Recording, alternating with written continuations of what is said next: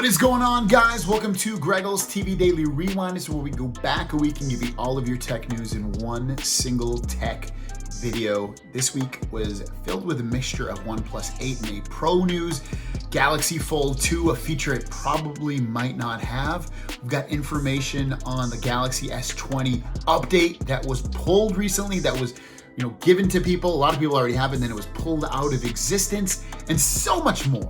So enjoy this week's episode. Let me know what your favorite news story is of the week in the comments down below, and I'll see you in the next one. Let's get into the tech news. First story of the day is a crazy good deal on the Google Pixel 3a, Pixel 4, and Pixel 4 XL.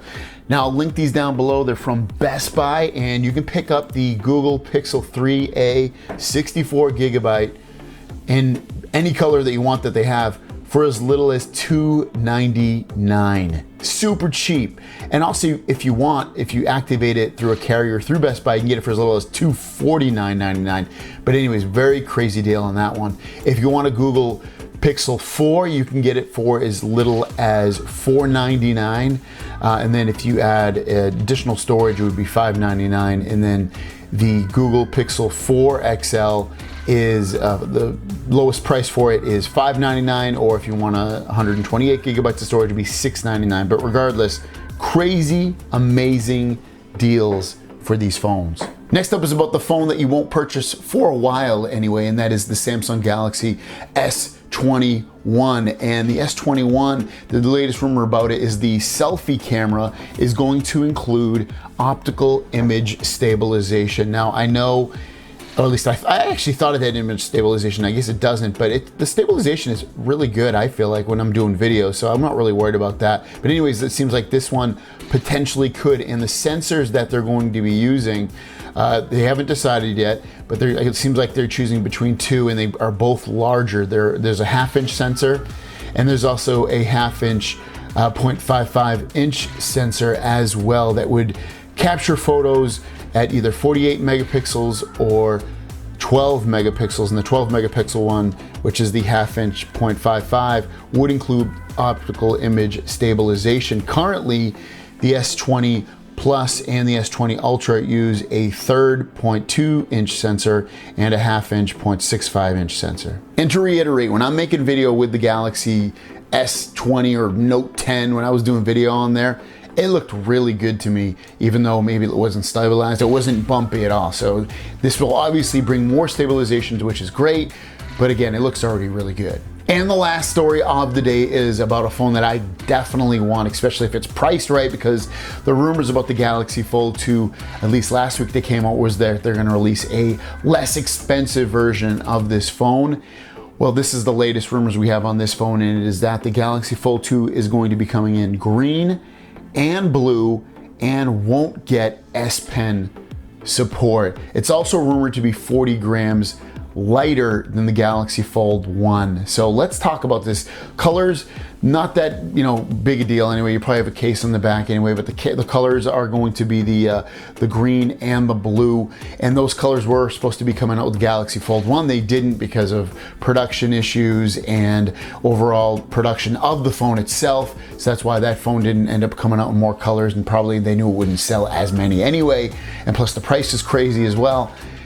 But the big takeaway from this, I feel like, is no S Pen support. I know a few of you anyway on my channel were really looking forward to still having a Note experience, but not a Note phone, and possibly an even larger display. And this won't, seemingly anyway, come with S Pen support, which is kind of a bummer for some people. For me, I don't mind at all. Even when I have a Note phone, I never almost use the S Pen. I know some of you do, but some of you don't. Let's get into the tech news. First story of the day is about the Samsung Galaxy Bud Pluses. There is a new update that has been pushed out for them, and it was very, very vague. It just basically says system stability and things like that. But when you break it down, it looks like the fix brought with it the improvements of ambient sound, which allows you to hear the things that are going on around you, so it improves that, and also addresses a white noise issue, which I did not have.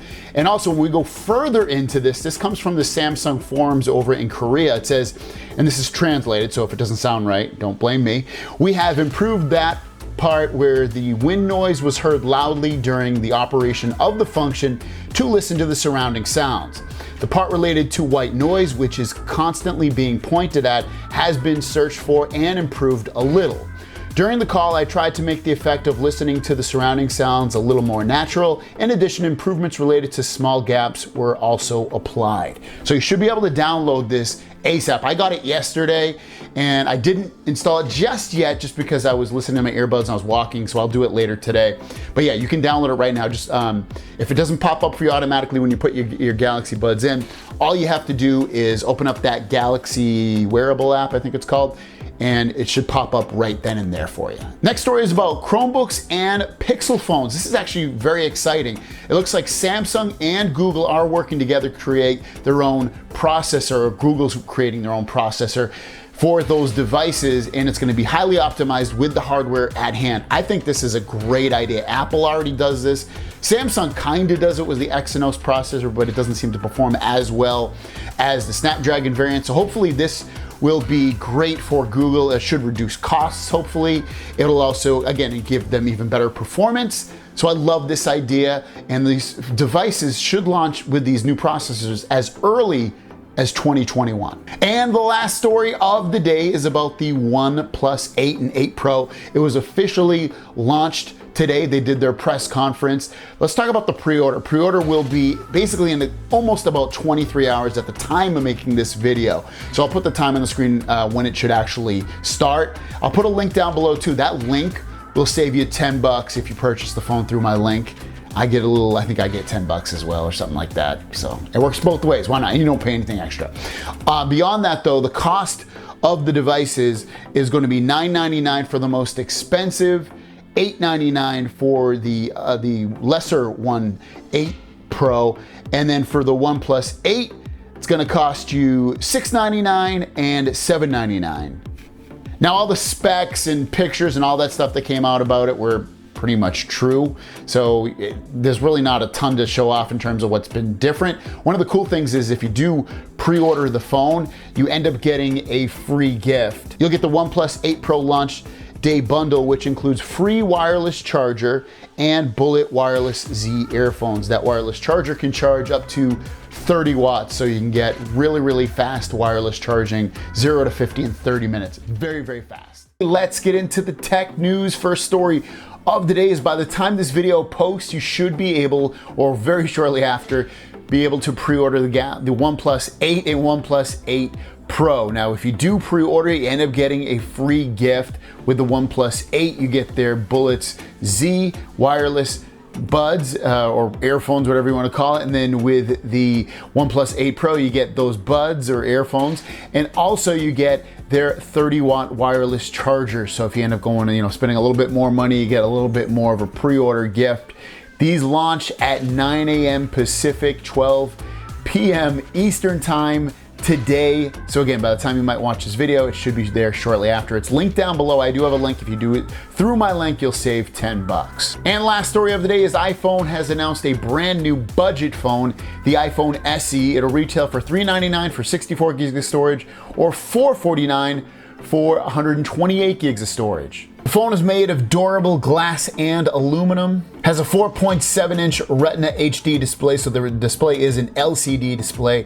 It has Touch ID, so you can unlock your phone with your fingerprint, which will also give it a home button as well. Wireless charging, you can do up to 4K 30 video. It has their A13 processor in there, which is the same as their other high-end iPhone 11 and 11 Pro Max. It's water and dust resistant, comes in red, silver, and black.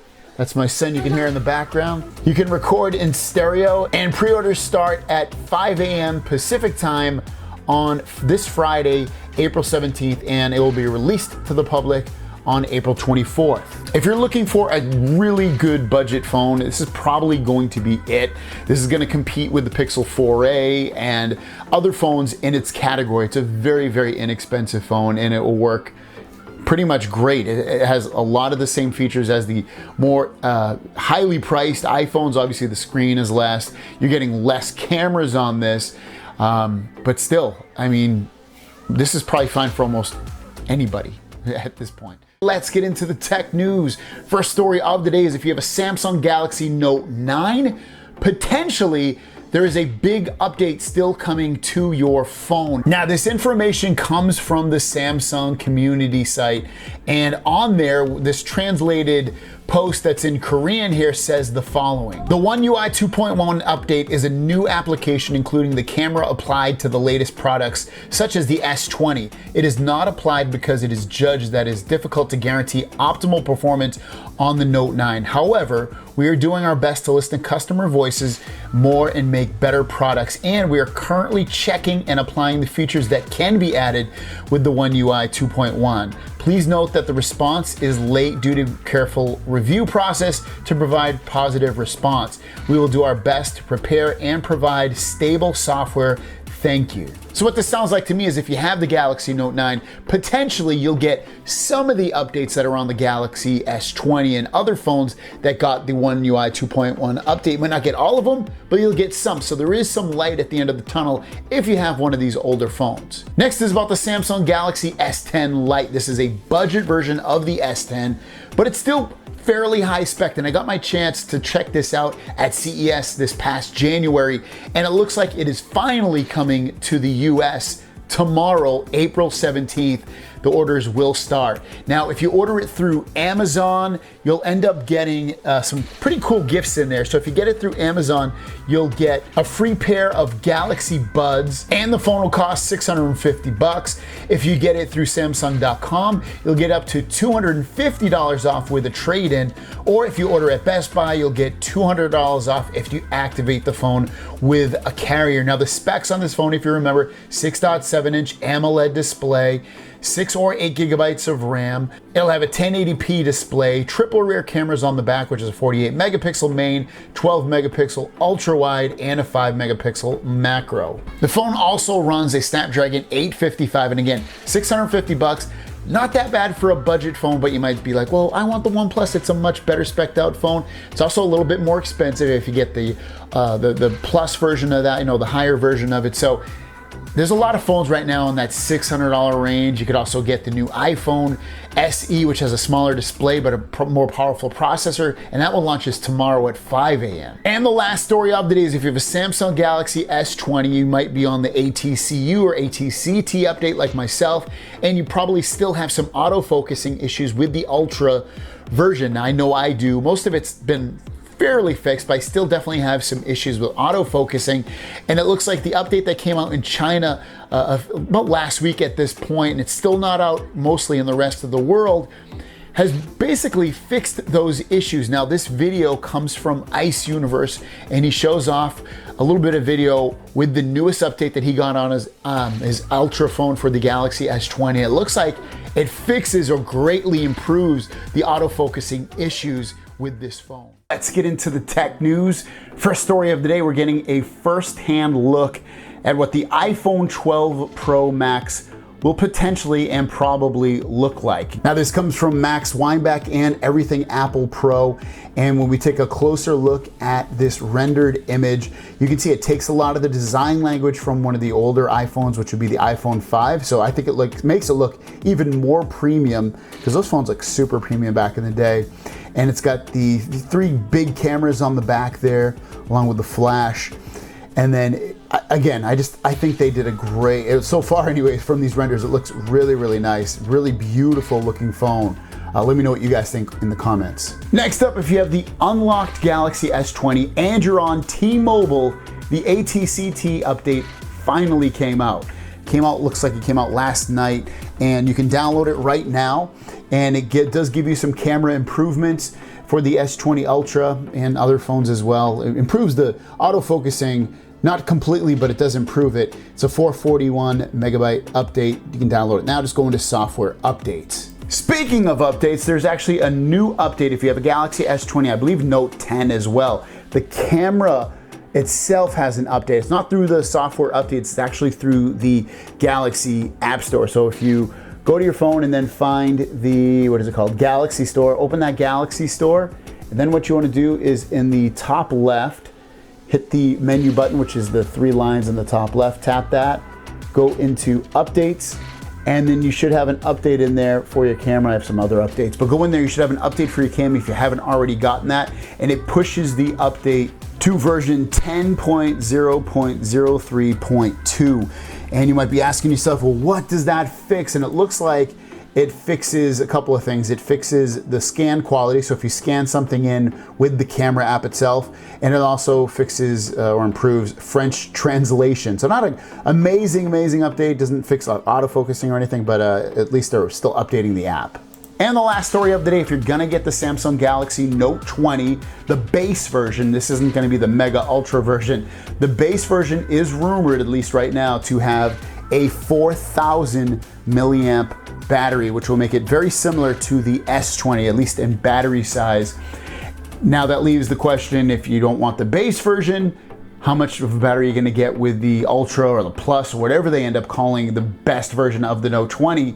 And we don't know yet. Could be 4,500 milliamps. I think it's gonna be 5,000. I think it'll match what you get with the S20 Ultra, if not beat it. You never know. I can't imagine they're gonna go smaller battery than what you get with the S20 Ultra. It wouldn't make sense. And the Note 20 is known to be a mega high-powered, high-spec'd out phone, so why wouldn't they at least match the battery on the S20 Ultra? Let's get into the tech news. We have a mixed bag of stories here, so let's jump into it. The first story is about the PlayStation 5. Now, the PlayStation 5 will be out at the end of this year, towards the end of this year, and there's a new story that broke, and it is very cool. As you can see right here, the headline, PlayStation 5 backwards compatibility will likely enhance games featuring uncapped frame rates, dynamic resolution, according to Digital Foundry. Now, what that means is the games that the PlayStation 5 will be able to play from the PlayStation 4 library, not all of them, but some of those games will have increased resolution, increased frame rates, and just play better overall. So if you're looking to get a PlayStation 5, which is my console of choice at this point, I plan on getting the PlayStation 5 over the new Xbox One Series X. This is going to be something cool if I ever go back to one of the PlayStation 4 games that I want to play, that it potentially probably will look better. Next up, as you know, Apple already has their own credit card. It looks like Google is following suit, except it's going to be a debit card, and this is the logo for it. It's gonna have Google Pay built into it directly. This is what the card is going to look like, with the chip at the top there, your name below that. It looks like some kind of code that you'll be able to scan, I assume, with where the green and the blue is, and then the name of the bank at the bottom. Also within there, it's gonna give you information on when you bought something, where it was, and all of that. And the last story of the day is if you have a Galaxy S20 Ultra and you've noticed a green tint on your screen, there is an update coming out for it. I don't know exactly when, but it looks like there will be an update that fixes that green tint issue. And you'll notice you have that green tint issue when your phone's refresh rate is higher than 60. So it'd have to be at 120 or even 90. There's a hack to do it at 90. That's why I say above 60. Also, it has to be set to 30% or less brightness. You can hear my son eating something and he's going, I don't personally have it. It seems like most of the phones that do have it are the Exynos version. So check if you have it, but if you do have it, don't be worried. There's an update coming out for it. Let's get into the tech news. First story of the day is about the Samsung Galaxy Z Flip 5G. Now, the 5G version will be out at the end of this year, towards the end of this year, and we learned something new, and it is how much storage is going to be inside this phone. It looks like the 5G version also will have 256 gigabytes of storage, which will match the LTE only version of this phone, which I did have for previously, and then I ended up returning it just because I didn't really need it. And then second of all, the Flip itself doesn't really add that much, at least what I feel, to the usage of the phone. It's more of a gimmick thing or a in-between thing where phones will end up heading, so I didn't feel like it was much needed. It's a nice phone, don't get me wrong, overall, but yeah, it looks like they're gonna have the same amount of storage in the 5G version as the LTE version. And the last story of the day is about the Samsung Galaxy S20 and the AT-CT update that came out recently. And this stuff just gets crazier and crazier for this phone. Before I jump into the issues with it, this phone has had nothing but problems in terms of its, and almost everything's because of the camera, which is awful because that's one of the selling points of this phone, and the autofocusing is horrific. The more I test it against other phones, it's god awful. But anyways, guys, the reason they pulled the ATCT update off, you can no longer download that update. If you have it, you still have it. But if you didn't get it yet, in which I know a lot of you already got it, they've completely took it down so people cannot download it anymore and won't get this update. You'll have to wait for a future update, is because of issues relating to, at least what we know so far, the green tint issue, which I talked about yesterday. So some people are getting green tint when they have the refresh rate at above 60, and then also if they have the brightness below 30% or lower, you'll have a green tint on the screen. There's also an issue with fast charging. It used to take 0 to 60, it'd go to 100% in 60 minutes. That has been drastically slowered as well with this update, so it seems like that's a bug. There's probably other bugs as well that this either didn't fix or made broke up. So overall, just an awful couple of months so far for the Gaaxy S20 phone. Thanks for watching. Don't forget to subscribe. New videos every single day. My question out to you guys is, are you thinking about trading in your Gaaxy S20 phone for another phone, or are you just gonna ride it out till the next phone comes out? Let me know in the comments down below. I plan on keeping it. I don't plan on getting rid of it just yet, so I'll at least keep it. I assume I'll probably keep this until the Note 20 comes out. Let me know what you're gonna do. Thanks for watching. See you down the road. Peace.